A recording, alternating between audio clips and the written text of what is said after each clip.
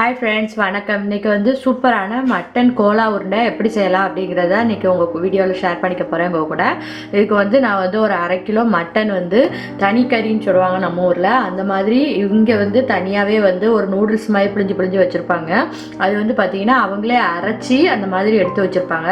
நான் அதுதான் வந்து ஒரு 1/2 கிலோ எடுத்து வச்சிருக்கேன். எனக்கு வந்து இதை மிக்சியில் அரைக்கணும்னு தேவையில்லை.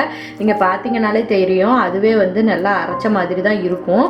நீங்க நம்ம ஊர்ல வந்து தனி கறி வாங்கி எலும்பு இல்லாமல் கறி வாங்கி அதை வந்து நல்லா மிக்சியில் அரைச்சி தண்ணி இல்லாமல் பிழிஞ்சிட்டு இந்த மாதிரி எடுத்து வச்சுக்கோங்க.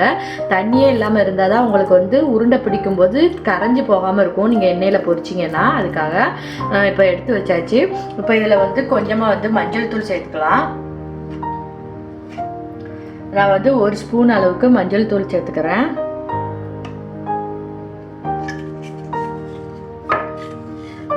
அடுத்து இந்த கோலா உருண்டைக்கு தேவையான அளவு உப்பு, அடுத்து மிளகாய்த்தூள் காரத்துக்கு. என்னோட மிளகாய்த்தூள் வந்து கொஞ்சம் காரம் அதிகமாக இருக்கும், அதனால ஒரு 3/4 ஸ்பூன் அளவுக்கு போட்டுக்கிறேன். ஒரு கைப்பிடி அளவுக்கு கொத்தமல்லி இலை கருவேப்பிலை ஆட் பண்ணிக்கோங்க. ஆட் பண்ணிவிட்டு இப்போ இதை வந்து நல்லா கலந்து விட்டுக்கலாம் ஒன்றா.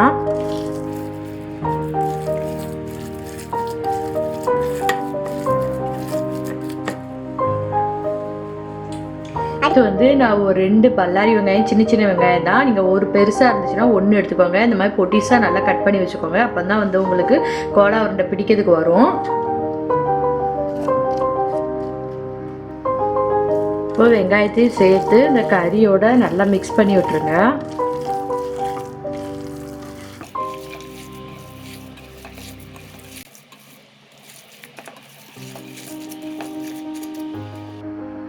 அடுத்து 1 ஸ்பூன் அளவுக்கு இஞ்சி பூண்டு பேஸ்ட் ஆட் பண்ணிக்கோங்க. பச்சை வாடை, அந்த கறியோட வாடை இல்லாமல் இருக்கும். இதை வந்து இப்படியே உருண்டை பிடிச்சி போட்டோன்னா எண்ணெயில் வந்து கரைஞ்சி பிரிஞ்சு போயிடும். அதுக்காக வந்து அதுக்கு வந்து கோட்டிங் கொடுக்கறதுக்கு கொஞ்சம் வந்து பொட்டுக்கடலை வந்து பொடி பண்ணி எடுத்து வச்சுருக்கேன். இது வந்து ஒரு 2 டேபிள் ஸ்பூன் அளவுக்கு எடுத்து வச்சுருக்கேன். அதை இதில் ஆட் பண்ணிக்கலாம். அப்போ வந்து உங்களுக்கு பிரிஞ்சு போகாது. இப்போ இதெல்லாம் வந்து ஒன்றா நம்ம கறியில் கலக்கிற அளவுக்கு நல்லா மிக்ஸ் பண்ணி விட்டுக்கலாம். இது வந்து ஒரு உருண்டை 2 உருண்டை போட்டு பாருங்கள். பிரிஞ்சு போச்சுன்னா இன்னும் கொஞ்சம் வந்து பொரியடலை வந்து இதை மாதிரி திரித்து இதில் ஆட் பண்ணிக்கோங்க. உங்களுக்கு வந்து பிரிஞ்சு போகாது.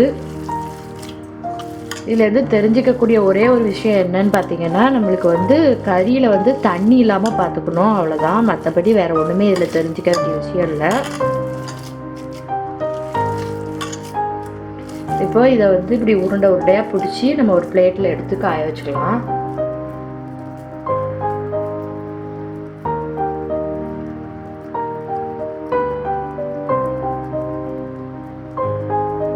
பாருங்க, சூப்பராக வந்து உருண்டையாக உருட்டியாச்சு. இப்போ இதை ஒரு பிளேட்டில் எடுத்து வச்சுக்குவோம்.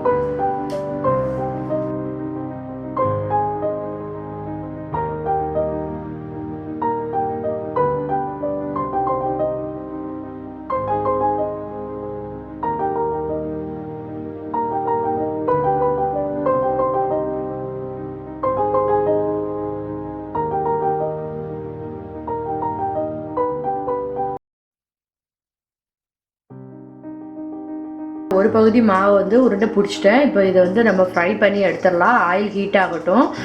இதை வந்து ஃப்ரை பண்ணி பார்த்துட்டு, ஒன்றை போட்டு ஃப்ரை பண்ணி பார்த்துட்டு உதிரலையான்னு பார்த்துட்டு அதுக்கப்புறமா மற்றதை போடலாம். ஏன்னா வந்து உதிர்ந்துச்சுன்னா இன்னும் கொஞ்சம் வந்து பொட்டுக்கடலை மாவு வந்து திரிச்சு ஆட் பண்ணிக்கிட்டோம்னா உதிராது. அதுக்காக ஓகே. இப்போ எண்ணெய் ஹீட் ஆகட்டும், நம்ம பொரிக்கலாம். இப்போ வந்து எண்ணெய் வந்து நல்லா ஹீட் ஆகிடுச்சு.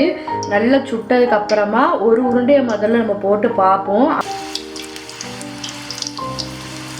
இது வந்து உடனே வந்து கரண்டியை போட்டுறாதீங்க.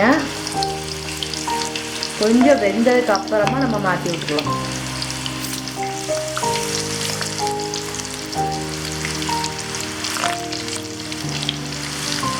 கொஞ்சம் கொஞ்சமாக போட்டு பொரிச்சு எடுங்க. ரொம்பையும் போட்டுறாதீங்க. ரொம்ப போட்டு இடம் இல்லாமல் போயிடுச்சுன்னா அப்புறம் எல்லாம் உருந்துடும்.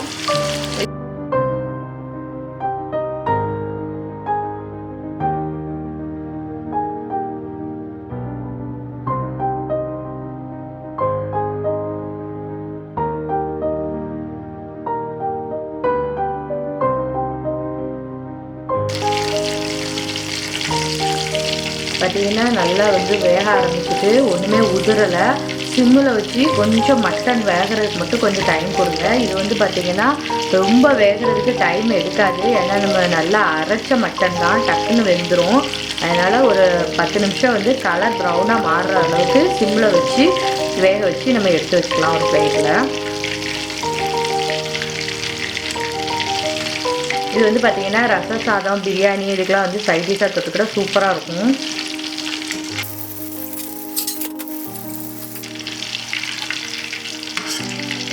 பாருங்கள் நல்லா ப்ரௌன் கலரில் சூப்பராக வெந்துடுச்சு. இப்போ வந்து நம்ம எண்ணெயை நல்லா வடிச்சிட்டு இதை எடுத்து வச்சிடலாம். ஒரு பிளேட்டில் வந்து இப்போ எடுத்துடலாம்.